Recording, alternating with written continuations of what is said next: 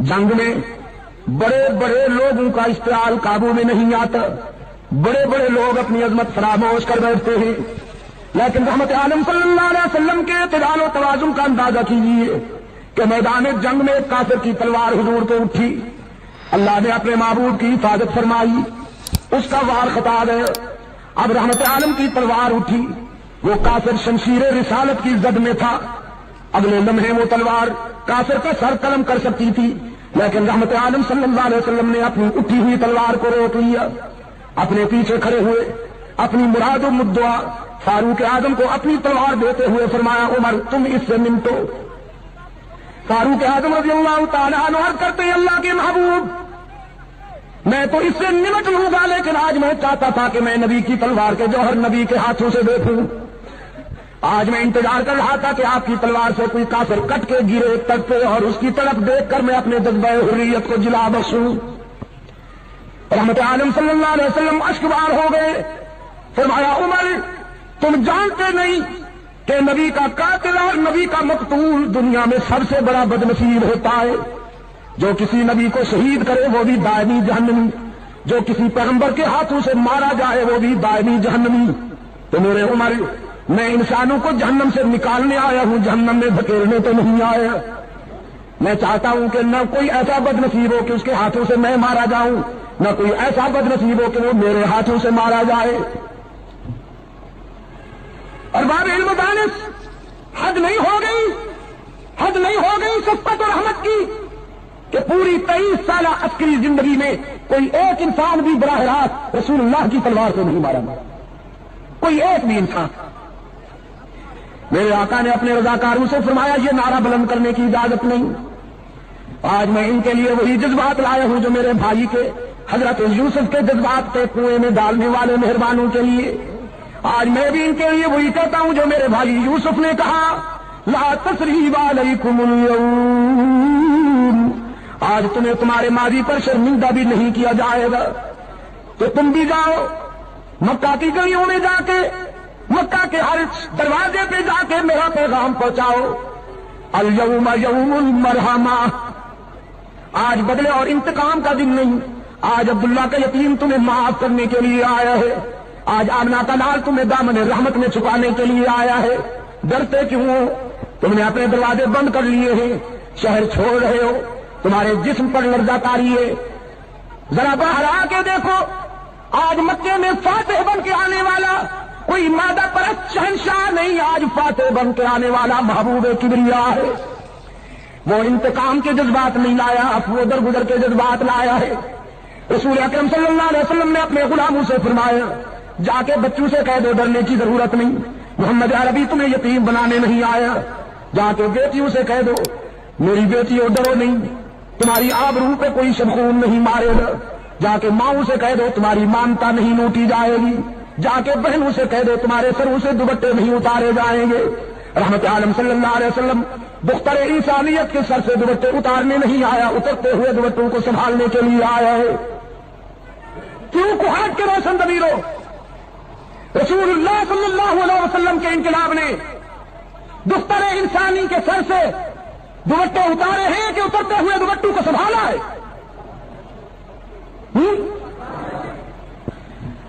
اور دور حاضر کا مستشرق جدید مفکر، اے کاش کہ اسے اتنا پانی ملتا کہ وہ ڈوب کے مر جاتا، جب وہ اسلام پر اعتراض کرتے ہوئے یہ کہتا ہے کہ اسلام نے تو میدان جہاد میں، میدان جنگ میں انسانوں کا خون بہایا، عورتوں کی بے حرمتی کی، لیکن وہ خود دیکھے کہ انہوں نے عورت کو کیا مقام دیا ہوا ہے۔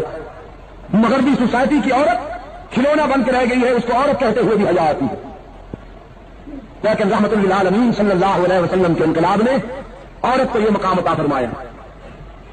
حضور نے فرمایا عورت بیٹی ہوتی ہے، بہن ہوتی ہے، بیوی ہوتی ہے اور ماں ہوتی ہے،